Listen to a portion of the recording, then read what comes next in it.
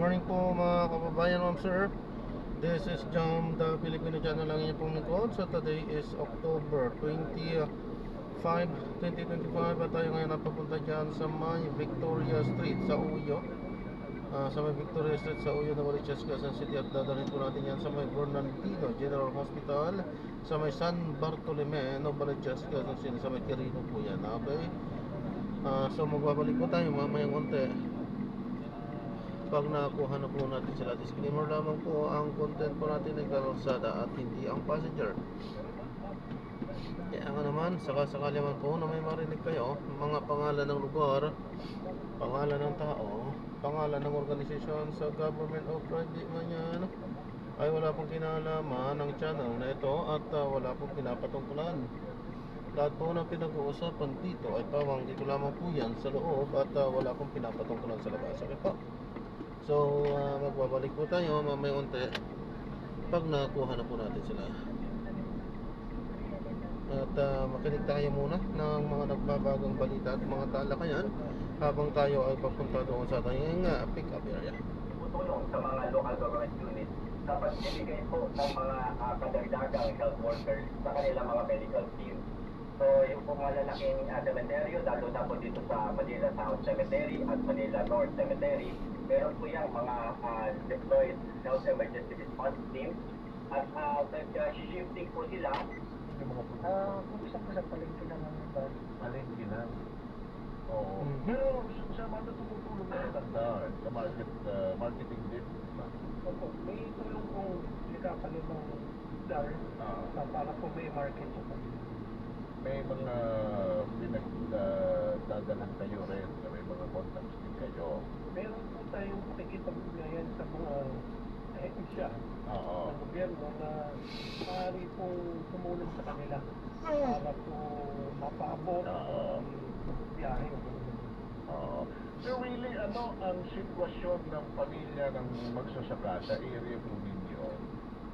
Noon at ngayon na meron ng ganitong curriculum ano noon? Ano ang bago kayo nagkaroon ng institusyon? Ano kumusta ang pamilya ng miyembro noon? At medyo nakabangon ba lalo na sa mga ganitong Sa panahon po ngayon ay nakabangon na po ang aming magsasaka dahil nga po sa tulong ng agrarian reform, kamle din po sa agriculture. Dahil ako po ay isang bahagi ng agriculture. Pila na anak mo? Dalawa po. Dalawa. Anong ba kayo? Isa pong narito sa Makati, nakatapos po ng business administration. Aba, yung isa? 5 years po sa civil engineering sa Dito mo. Batangas sa Rangila. Ito'y dahil sa pagsasaka.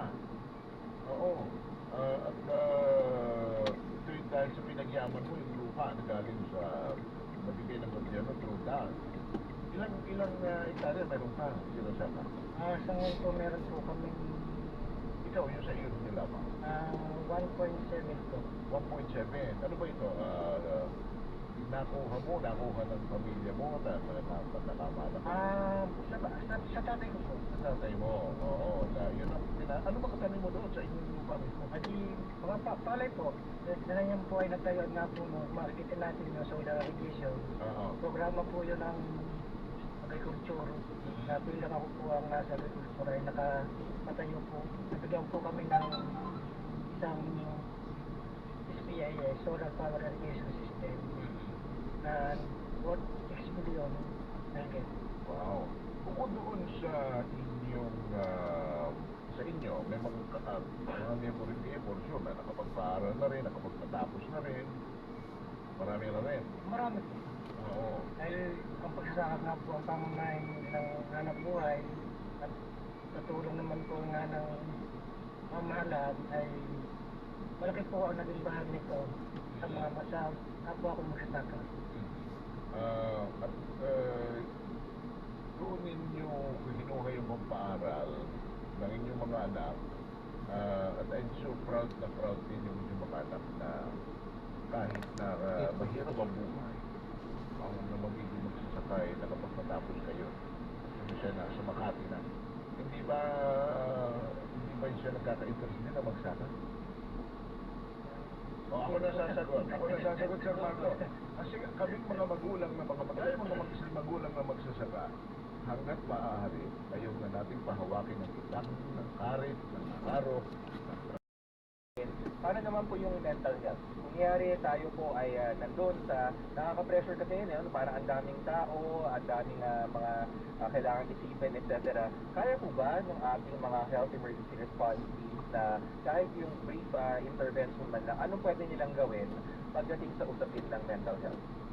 Tama po, ang ating po mga health emergency response teams ay nakapag-train po ng MHGAP, no, yung mga pag-response at pagbigay ng mga mental health and psychosocial services. So kung kinakailangan, kaya-kaya rin po ng ating mga health emergency response teams na magbigay ng mga mental health counseling at psychosocial services doon sa mga pasyente na pangangailangan doon sa sementeryo.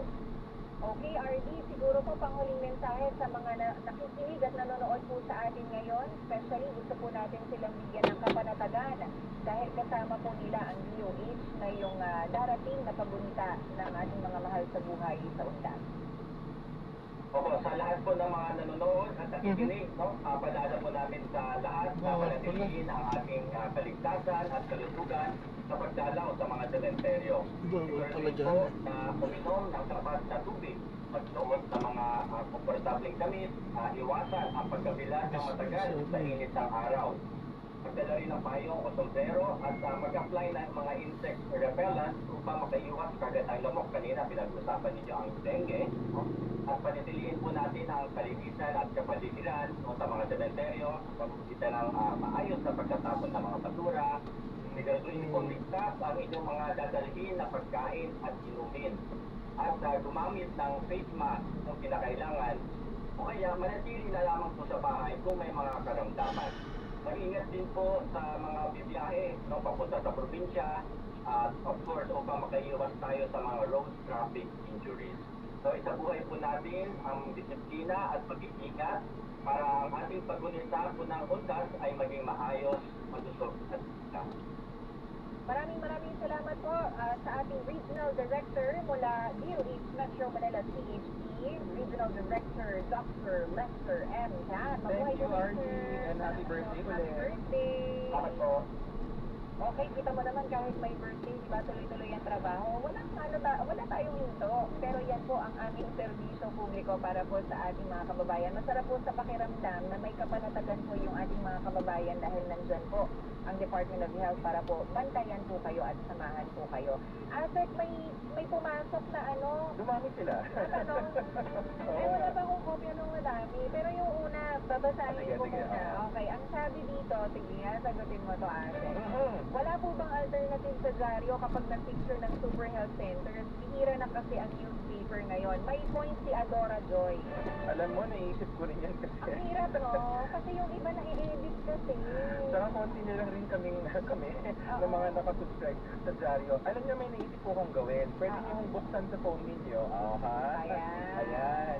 Dahil uso na rin po naman ng YouTube, tulad nito, igaganyan niyo po, no, pag litrato ninyo sa tapat ng Super Health Center na nasa likod, pwede nyo ipakita yung live stream na CDMM. Oo. Kasi malalaman po namin kung sino yung anchor, anong programa, Oo, ang may date, nagpesa. may date and time din May yun. date and time din yun. So, Ah. namamatch namin. So, kahit anong live stream po ng current events tulad ng itong DDMM na lagi may balita, makikita po namin kung ano yung pensa. Uy, baka naman sabihin, masyado din nating love ang DDMM. Pwede rin iba. Totoo naman, nalala namin ang DDMM, pero di lang kayo, lahat naman. Yes, kapamilya, kapuso, kapatid, Yes. kabasyada, kapanay, Oo. lahat ng ka. Yes. So kung meron po kayong live streaming ng kahit anong, siguro dadagdag natin to doon sa SOP natin ang pagre-report kasi nga medyo nahihirapan yung ating mga kababayan magka-access sa dyaryo. So kung wala kayong access sa dyaryo, sige po, pero yung live streaming ng news platform kung saan pinapakita yung current date. Yes. Kasi ayaw po namin na yung isi-send na photo o dun yung litrato ng Super Health Center luma. So, we want to be fair to everybody na hindi po ito throwback picture. Ito po ay current situation, kasalukuyang kondisyon ng super health center na gusto po ninyong maisumbong sa DOH. Pero malakas yung ebidensya. Correct. Ayun ito.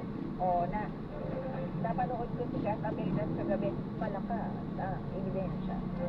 Hindi nagsisinungaling ang ebidensya. Dahil yan po ang live feed para makita natin ang petsa. Oo. Ayan, sige, eto naman. Comments. Gandang morning, Binibining Trina at Aztec Domingo. Sabi po ni Tita Maria Dulce Orate. Uy, suking ito ng DCMM. Good morning po. Si Tita Rina ho, anong sabi, Aztec? Watching and listening Pinasigla. Good morning, Ma'am Tina Marasigan and Aztec Albert Domingo from Plaridel, Bulacan. Good morning po, Ma'am Lina. Kamusta po? Sa Plaridel, Bulacan ba yung maraming sarot? Hindi. Gusto sure ako na Bulacan. Bulacan na. O saan ba yung Or may mga pagsisilip yata. Hindi ko rin alam, pero alam ko rin Bulacan. Yes tayo eh. Sabi natin healthy, pero ang taas na sugar at saka ng calories na pinag-uusapan natin. Sabi naman ni Tita Evelyn Albano, hello, good morning, watching from North Caloocan. Tapos si Tita Adora Joy nga. Yun yung kanina na tinatanong nga niya kung ano ang alternative bukod sa dyaryo. At ngayon, dahil 8:52 na, babalikan po namin yung inyong mga Viber. Pero while waiting, pasok muna natin ito.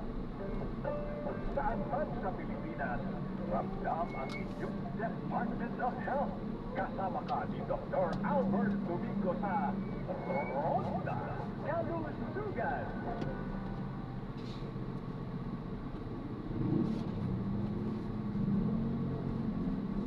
Mensahe ng National Center for Mental Health 24/7 hotline. Lahat naman tayo may pinagdaraanan stress. Yung iba sa atin, merong mga tinatawag natin crisis or mga bagay na hindi natin alam kung ano yung gagawin or talagang medyo mabigat sa pakiramdam. So, minsan wala tayong malalapitan kasi hindi natin ito masabi kung kanino lang sa mga kaibigan natin or someone na very close tayo, like yung asawa Yes. or mga kapatid, pamilya.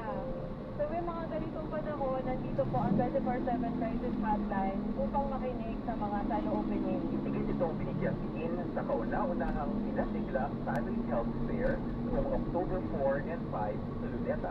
Biglang namahagi ng kaalaman ang mga mental health professionals mula sa Department of Health National Center for Mental Health. Parte nito ay ang mga isinagawang yoga classes na mahalagang paraan para mapanatiling masigla ang ating mental health. Sa pamamagitan ng mga ganitong pagtitipon, inaasahang magbibigyan ng kaakibat na importansya ang mental health. Layunin din ng DOH na wagasan na ang stigma sa mga sakit kaugnay ng mental health. For centuries kasi niya, sinisipere ang tinatago yan. Hindi yan dapat pag-usapan. Ganun ang mental health.